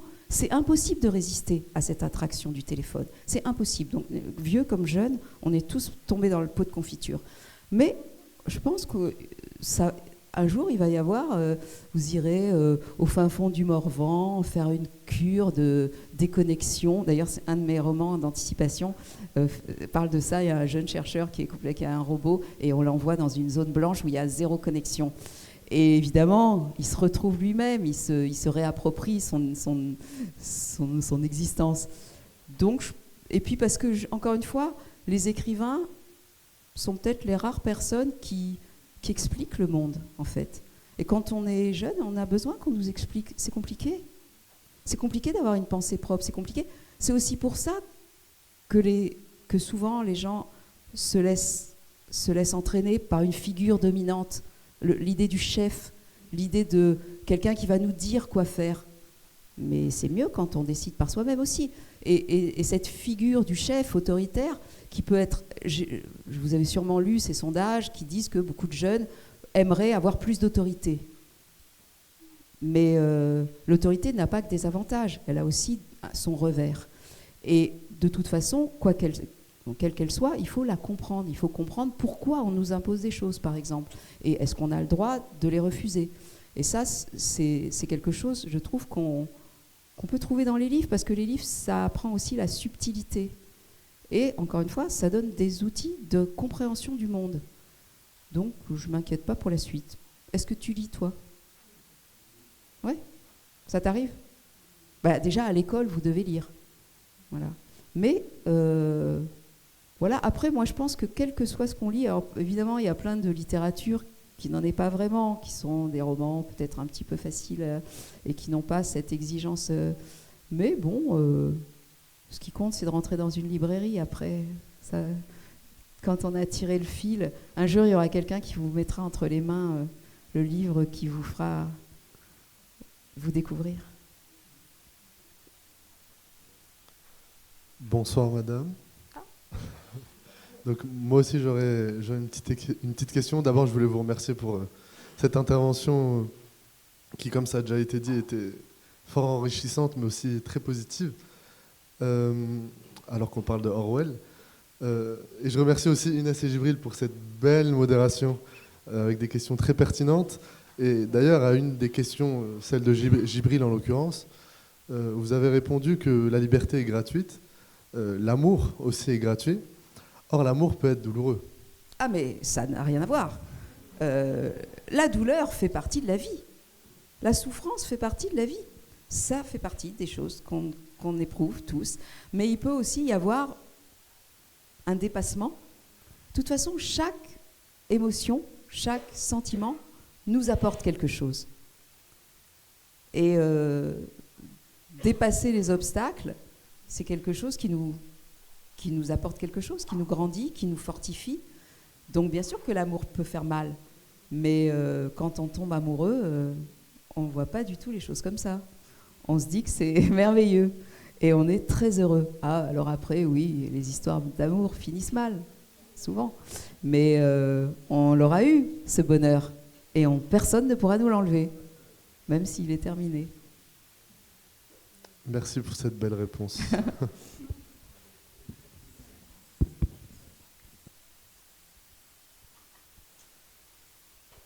Monsieur.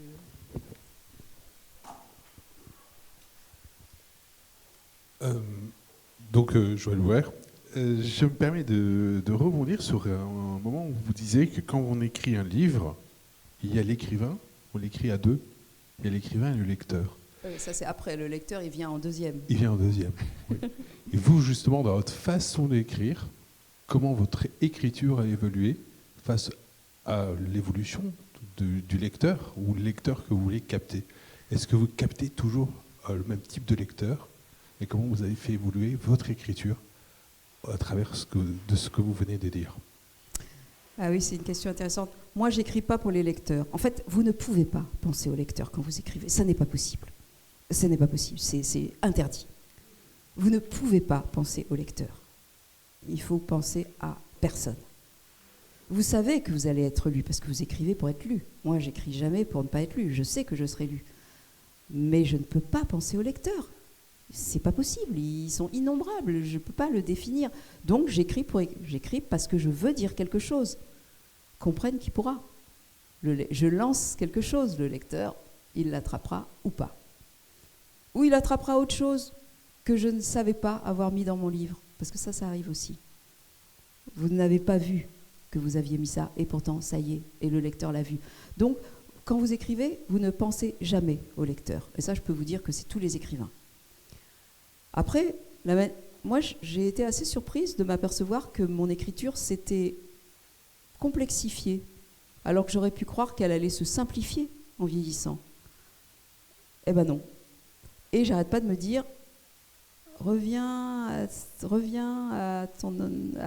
ta manière originelle d'une écriture beaucoup plus limpide, beaucoup plus claire, beaucoup plus accessible et tout.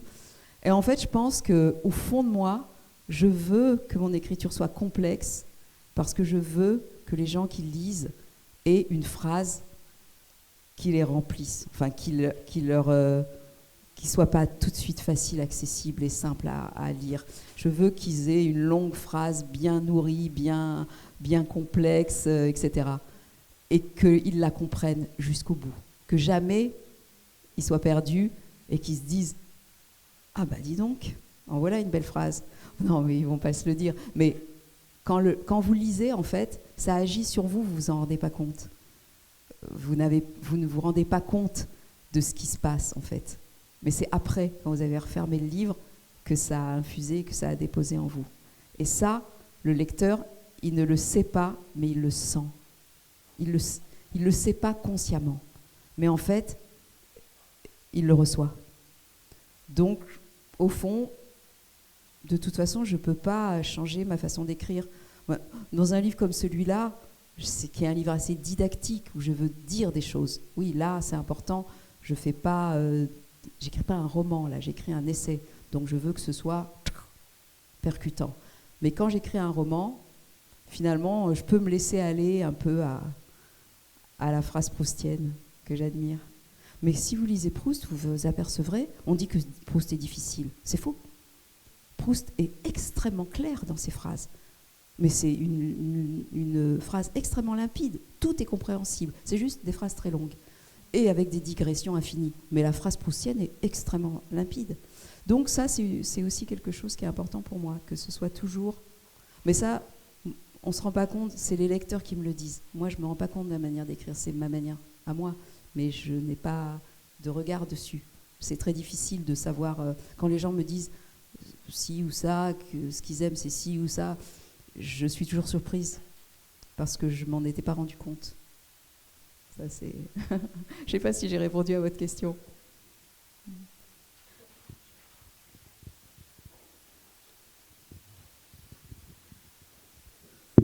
Je voudrais, à la fin de cette conférence, vous faire une petite réflexion. Et je dirais qu'ici, à Menton, nous vivons quelque part, un peu, la fiction d'Orwell. Sachez que vous avez bien voulu nous faire part de votre réaction face à la beauté de cette ville, la beauté de ce campus, l'utilité de ce campus. Sachez que, à l'heure actuelle, en 2025, certaines personnes, candidats d'ailleurs, pour certains, à la prochaine élection municipale, souhaitent la disparition de ce campus. Ça pourrait être la prolongation de 1984. Oui, merci beaucoup pour cette intervention. Bien sûr, le savoir et la culture sont les ennemis des pouvoirs totalitaires et autoritaires. Parce qu'une fois de plus, un établissement comme celui-ci forme des jeunes filles et des jeunes hommes à devenir des citoyens qui vont comprendre et qui vont savoir aussi. Et ça, c'est important. Le repli sur soi, c'est toujours une défaite. Et c'est vrai que quand on a une ville comme la vôtre, ce serait dommage de se priver d'un bel établissement. Ouais. Oui, parce que ça fait aussi rayonner la ville. Ça fait rayonner Menton. Moi, quand je fais passer les oraux de Sciences Po et que les candidats, ils font 2 vœux, ils demandent 2 campus. Et quand on leur demande où est-ce que vous voulez aller, et ils disent à Menton, et quand on leur dit pourquoi, et qu'ils l'expliquent, c'est toujours passionnant de savoir, de comprendre les raisons, d'entendre les raisons qui les poussent. Ils jouent leur avenir, hein. Ils disent pas n'importe quoi quand ils sont à l'oral. Ils ont réfléchi avant.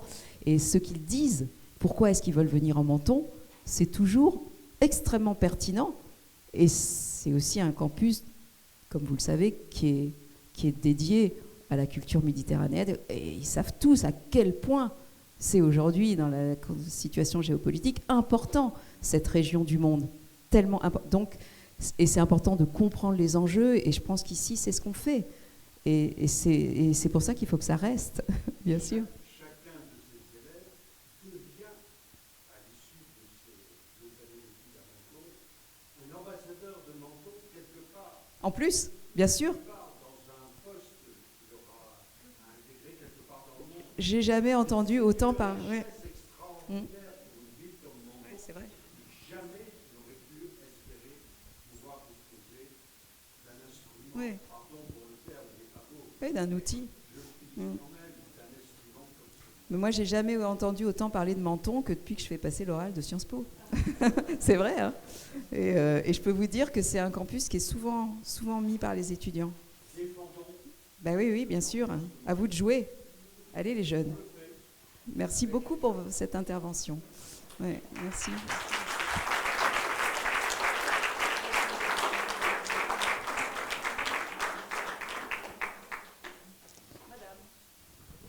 Je suis un professeur honoraire de lettres classiques. J'ai été très intéressée par votre conférence et j'ai retenu 2 choses. En tant qu'ancienne enseignante, donc le mot, il faut penser par soi-même. Et j'ai aussi, je vous ai beaucoup apprécié quand vous avez parlé de la pauvreté du langage des élèves. Or, il se trouve que même si je suis à la retraite depuis 23 ans, je m'occupe encore d'élèves. Et je me rends compte que le niveau, depuis 20 ans, a baissé d'une façon extraordinaire. Quand je vois que de mon temps, on donnait au baccalauréat de français 4 livres à lire en fonction des thèmes.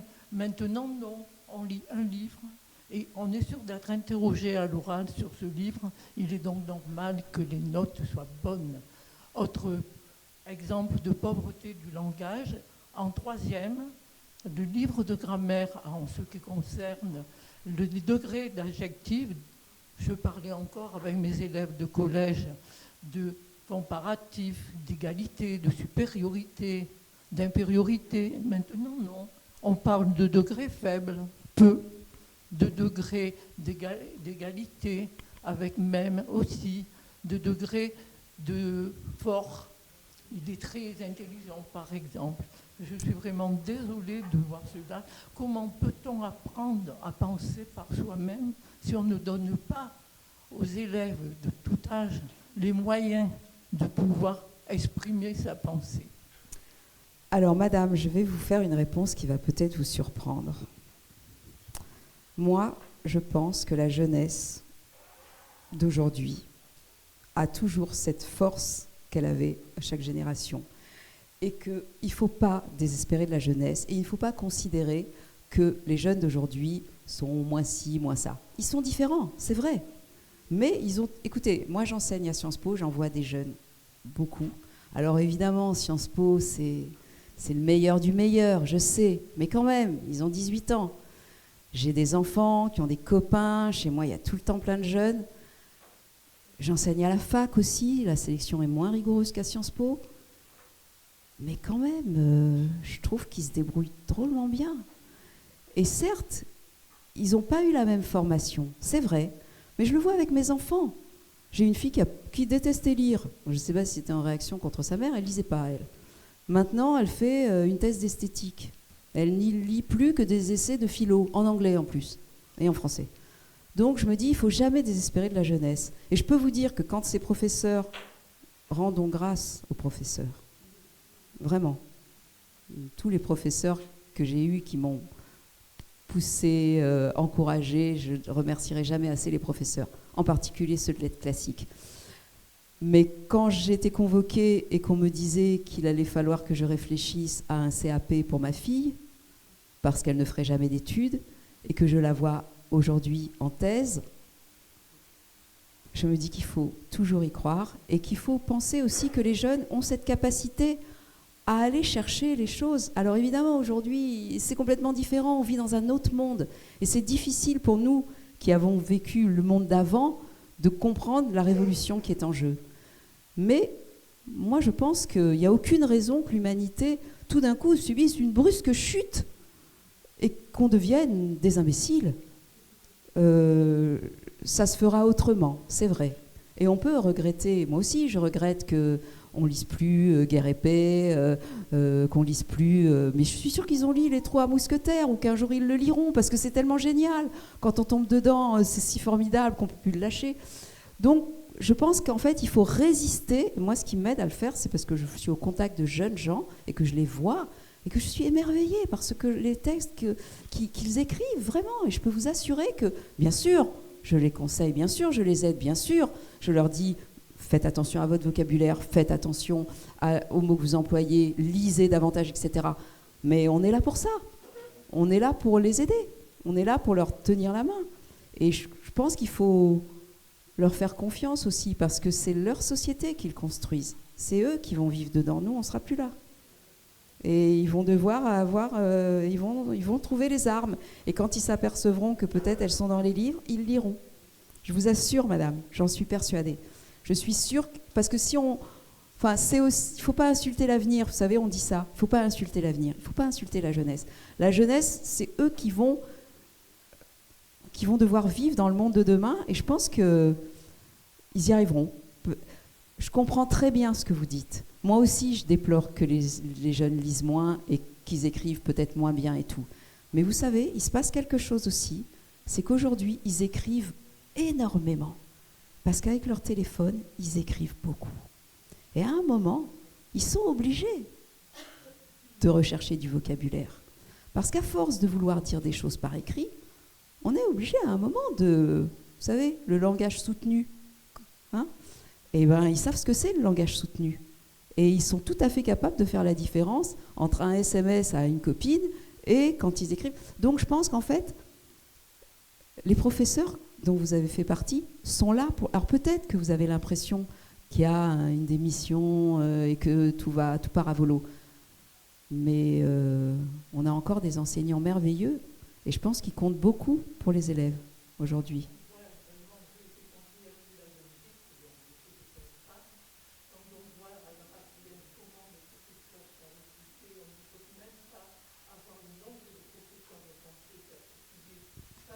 Vaste sujet. Un professeur qui a 9 sur 20 à un CAPES. Donc je suis un peu désespérée parce que j'ai été un professeur, je me suis donné corps et âme pour mes élèves qui me le rendent encore très bien maintenant. Et je me dis, là je suis tout à fait avec George Orwell. Le lavage du cerveau, on commence déjà à le voir, ne serait-ce dans l'appauvrissement de l'enseignement. Voilà ce qui fait mon désespoir. Mais bien sûr, je comprends ce que vous dites et en même temps, je pense qu'il y aura toujours des professeurs qui illumineront leur classe et qui feront que les élèves auront envie, vraiment, je vous assure. Enfin, moi, c'est comme...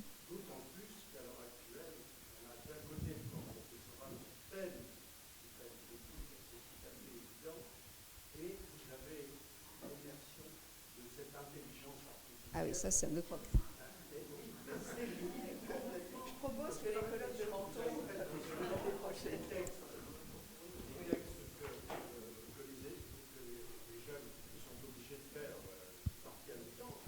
Et maintenant, ces textes-là même sont remis en cause parce que l'intelligence artificielle supplante l'action même de construction des phrases et leur donne la possibilité, en 2-3 mots, d'établir un texte qu'ils peuvent envoyer, qui est assez bien construit, etc., mais qui n'est pas de leur ressort.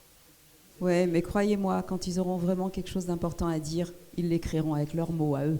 Ils ne demanderont pas à une intelligence artificielle Pour l'instant, bon, je sais pas, on va pas partir sur ce sujet. Peut-être simplement un commentaire, une réaction avant la dernière question. Il nous faudra terminer pas trop longtemps, après 20h15, pour celles et ceux que ça intéresse, acquérir l'ouvrage et puis le faire dédicacer par Madame Isabelle Jarry. Je ne pouvais pas ne pas rebondir sur les propos de Monsieur Jean-Marie Thomasy. Vous imaginez bien ce que j'en pense. Je ne suis pas du tout objectif en vous disant que je soutiens ce magnifique campus où j'ai étudié, où je travaille. J'ai un amour infini pour cette institution, mais ça, c'est tellement évident que je ne vais pas revenir dessus. Mais sur le point de les étudiantes et les étudiants qui quittent ce campus, et ils sont aux alentours de 180-200 à quitter Menton pour voguer vers d'autres horizons, une année à l'étranger, puis un master à Paris, puis un travail. Figurez-vous que... donc c'était, on est quel jour aujourd'hui ? Jeudi. Hier et aujourd'hui, nous étions avec 10 étudiants à Toulon pour les rencontres stratégiques de la Méditerranée organisées par la Fondation méditerranéenne d'études stratégiques. Nous étions reçus hier soir au fort du Cap Brun par le préfet maritime de Méditerranée dans sa résidence pour une réception. Un prix littéraire a été remis, le prix littéraire géopolitique, des mains du chef d'état-major de la marine. Et ensuite, il y a eu un petit cocktail sympathique, il faisait frais, la rade de Toulon magnifique. Et là, je tombe, mais j'étais à 1000 lieues de m'imaginer qu'il était là ce soir-là, Monsieur Mansour Marzouki, un camarade de promotion avec qui j'étais ici en 2007, de nationalité saoudienne, qui est devenu un grand docteur en sciences politiques et en relations internationales, à la tête d'un centre d'études stratégiques en Arabie Saoudite, un centre qui est hébergé par le ministère des Affaires étrangères du Royaume d'Arabie Saoudite. Et j'ai surpris la conversation qu'il avait en parfait français avec le chef d'état-major de la marine, donc l'un des 3 plus hauts gradés aux côtés de l'armée de terre et de l'armée de l'air et de l'espace de notre pays. La France est, je vous le rappelle, membre permanent du Conseil de sécurité des Nations Unies. Et le chef d'état-major de la marine lui dit « Mais c'est quand même dingue. Je ne sais pas s'il y a beaucoup de Saoudiens qui s'expriment aussi bien dans notre langue. Comment se fait-il que vous parliez ainsi le français ?» Et c'est là qu'il lui a révélé, figurez-vous, j'étais étudiant à Menton. Ah bon ? À Menton ? étudiant, Menton, ça va ensemble dans une même phrase, ça? Oui, oui, figurez-vous qu'il y a un campus de Sciences Po où j'ai vécu et j'ai étudié pendant 2 ans. Et c'est ce qui m'a permis d'apprendre le français. J'ai ensuite poursuivi en master à Paris, puis en doctorat à Lyon. Et me voilà maintenant basé à Riyad, en Arabie Saoudite.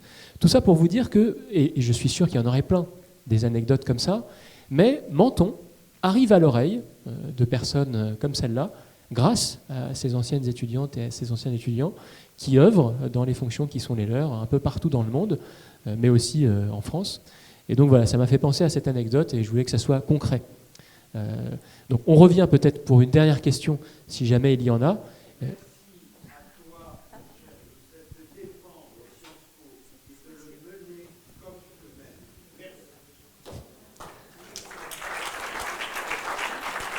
Non, et peut-être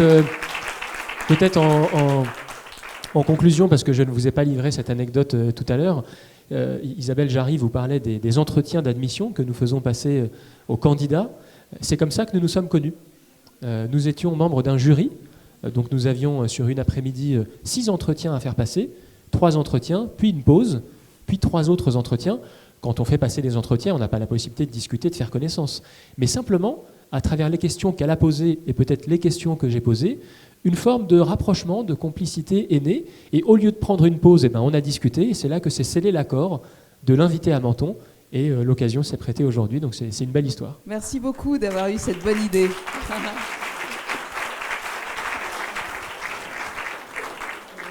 Eh bien, nous vous invitons à vous diriger vers le stand de la librairie Les Mandarins que vous trouverez à la sortie pour acquérir ce bel ouvrage. Et belle soirée à toutes et à tous.